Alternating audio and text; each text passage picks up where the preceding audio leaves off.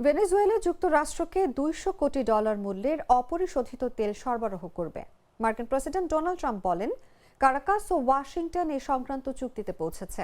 এর ফলে ভেনেজুয়েলার তেল সরবরাহ চীনের বদলে যুক্তরাষ্ট্রের দিকে যাবে এবং দেশটি বড় ধরনের তেল উৎপাদন হ্রাস এড়াতে পারবে।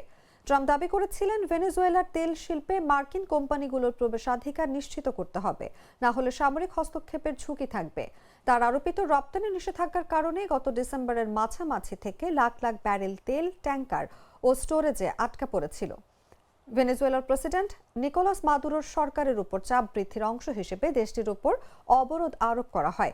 সম্প্রতি যুক্তরাষ্ট্রের সামরিক অভিযানকে ভেনেজুয়েলার শীর্ষ কর্মকর্তারা অপহরণ বলে অভিহিত করেছেন এবং তেল সম্পদ চুরির অভিযোগ তুলেছেন। ট্রাম্প সামাজিক মাধ্যমে জানান, ভেনেজুয়েলা 3 থেকে 5 কোটি ব্যারেল তেল যুক্তরাষ্ট্রে দেবে। তিনি বলেন, এই তেল বাজার দরে বিক্রি হবে।